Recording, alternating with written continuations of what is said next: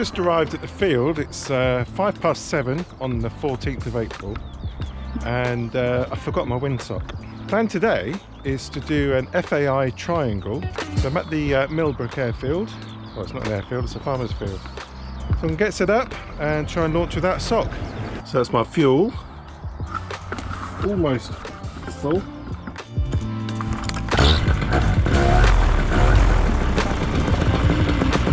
So I forgot my windsock. I've had 2 failed launches. The wind is switching around, so I don't know what the wind is doing at wing height. I'm losing my breath basically, but every time I get my engine started and get clipped in, the wind has shifted 90 degrees. So I've had 2 fails so far. Third time lucky.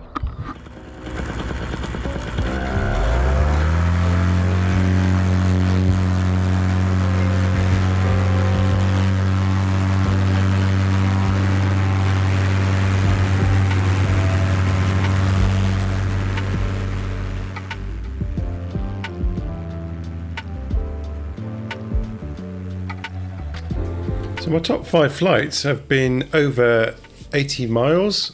The longest flight ever that I've done being 95 miles. So I planned a trip of 85 miles, so kind of up there, but it should be doable.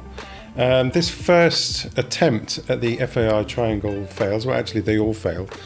But I thought it'd be interesting to some paramotor pilots as to why each of these failed. So feeling optimistic at this point, and there is a fair bit of moisture around. It's quite a humid day, but nevertheless I'm going up and feeling good at this point.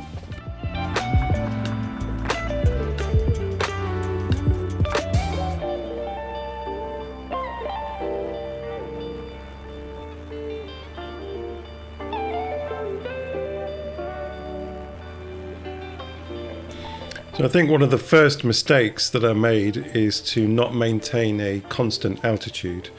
So you saw me flying low.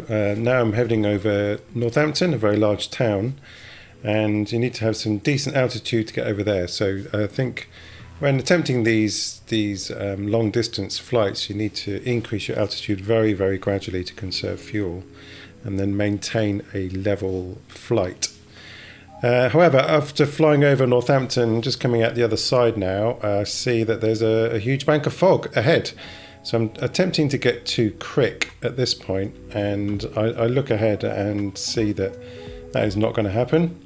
So I make a left turn, and then at this stage I think to myself, I'm just going to abandon this and get some altitude and just enjoy the views, because there's quite a lot of low cloud around, and I really enjoy being above the clouds and just looking over the landscape at the clouds below. So get some altitude. I'm up to about 4,000 feet at this point. And then I drop down low and follow a disused railway line to Brackley.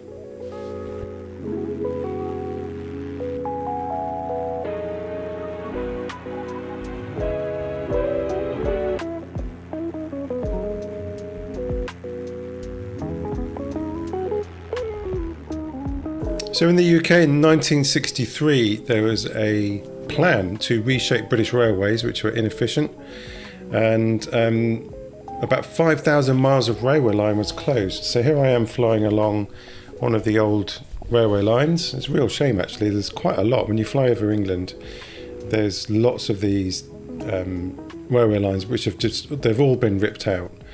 And it was about 55% of all stations were closed and 30% of the track. So I just followed that to Brackley. This here is Stowe, one of the world's most prestigious private boarding schools. So I'm on my way back now. I'm cutting most of this flight out because I just want to show you the FAI triangles. So I'm going to land now, and then a few days later I have another go. So I'm coming in for my landing now.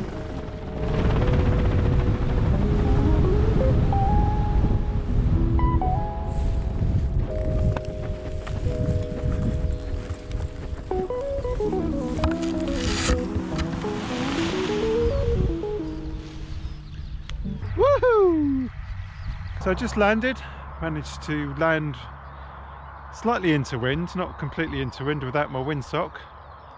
There's a wing down there.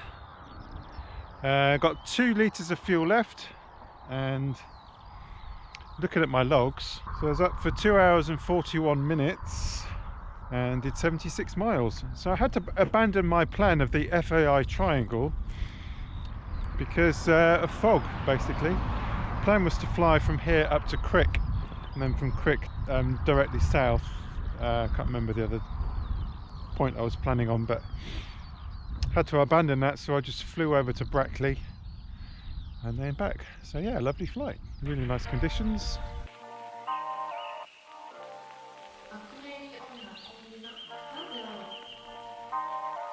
So here we are 5 days later, and I'm feeling optimistic for another go. So it's 6 o'clock in the morning at the field, so sock is up. Plan today is to reattempt the FAI triangle. So we have the forecast. I looked at the balloon forecast, and the forecast said at 500 feet there'll be a northwesterly wind. 1,000 feet the wind's supposed to be at northeasterly. So what I'm going to do is try and take advantage of the winds and fly at the appropriate altitude and do an 85 mile-ish FAI triangle. Now that is a triangle where each side of the triangle is roughly the same length. We've got a new frame mounted camera today, mounted it on the top of the Bulldog frame. This will be the first flight with that, see how that looks. I've got the Hero 4 session on there, which hasn't got very good image stabilisation, but if it looks good, I will swap it for Hero 7.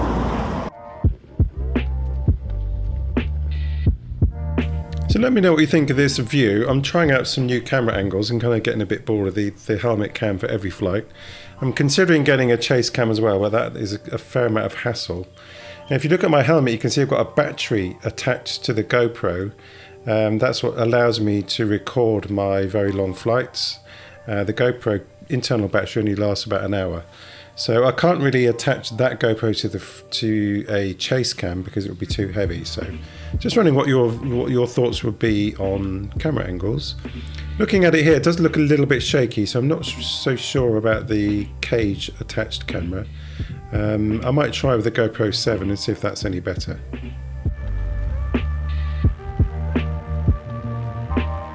So switch back to the helmet camera. I'm not going to show any more of the cage camera because it was a little bit shaky. The vibration of the engine on the cage, I didn't think it was that watchable, so decided to leave that. So a slightly different route for this attempt. Still going over Northampton up to Pitsford Water. Not going up to Crick on this flight because of the wind directions didn't really suit that route, so I've chosen a different route. And however, the winds at this point in the flight started to get a bit strong. So even though I attempted this in the morning, usually the winds in the morning are quite light, which they were to start with. But looking at that turbine, the winds at this point, I'm looking at my ground speed, and it's going between 15 and 20 miles an hour. So at that point I think to myself, I'm not going to get enough penetration into wind to complete the triangle because the wind's just holding me back. So I decide to abandon it and make my way back to the field. So here I am coming in for a landing.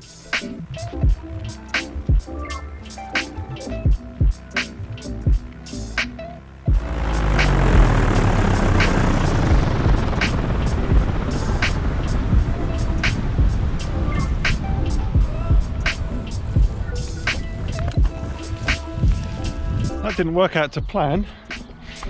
Quite a few things against me on that flight. So as I was taking off, I noticed that I had reduced power, and I think the belt is loose. So I've got a brand new belt on there. It's in about 8 hours or so. So the belt needs tightening up. So I think that was causing a bit of fuel loss because the belt is slipping, so it's not getting good connection with the engine. Really need the loo once I got to the first turning point on the triangle. And then the winds, after about an hour into the flight, the winds got quite strong. So I was doing about 17 miles an hour. So at that point I looked at my fuel situation. Let's have a look, what have I got?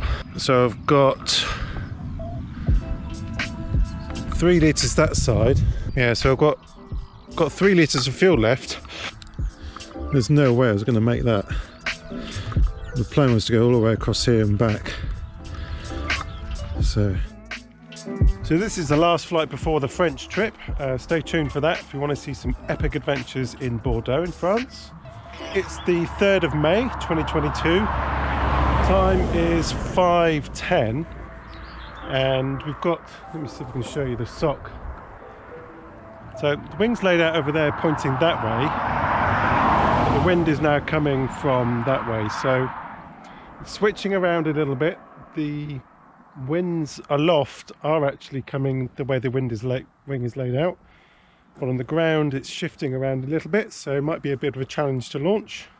Got 15 litres of fuel, and the plan today is to do an FAI triangle. So I've attempted this twice before, and for one reason or another I didn't complete them. So I've got a 3-hour flight ahead of me. Plan to take off before 5:30. Sunset's at 8:30, so I've got 3 hours.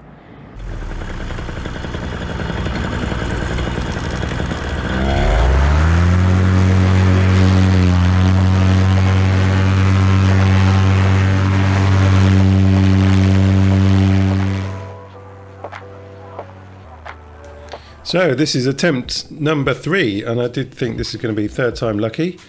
Although I do have a couple of things against me. So we've got a kind of a northeasterly wind, maybe east-northeast wind. So I'm going to fly from Millbrook up to RAF Alconbury. Oh no, it's RAF Witton. And then from Witton to Saffron Walden, and then Saffron Walden back to Millbrook. But the wind is actually a little bit too strong. So on the way, when I get to RAF Witton, I look at my fuel and I've used slightly more than I should have. So I'm thinking to myself, this may not work out at this point. So this is my first turning point on the middle of the runway there. And then I do a turn towards Saffron Walden.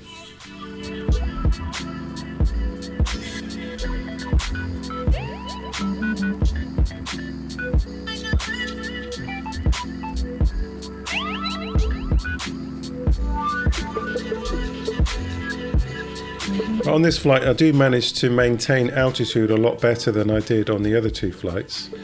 So that's one thing I learned is to if you know when you're going up and down, even if it's slight, you are going to burn more fuel. So I decided and managed fairly well. When I look at my GPS track, it's fairly constant.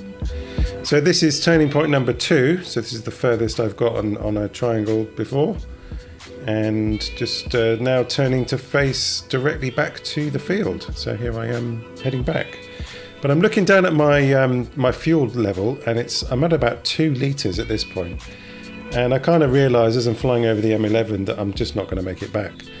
And this is Royston, and I come down not too far away from Royston. I did think I'd probably make it another few miles further on, but my fuel burn is so high that I actually run out pretty much now. So in a few seconds.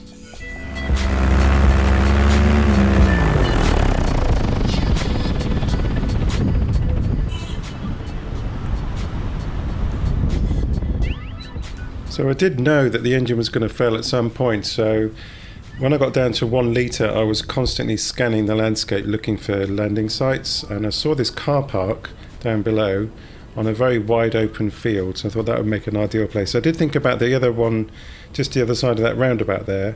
That was near McDonald's, so I thought that would be a good place to land, but I thought the car park would be a much easier retrieval point. So I'm now just doing my spot landing. I have been doing quite a bit of spot landing practice in the month prior to this event actually, so I haven't posted the videos of that, but it came in handy.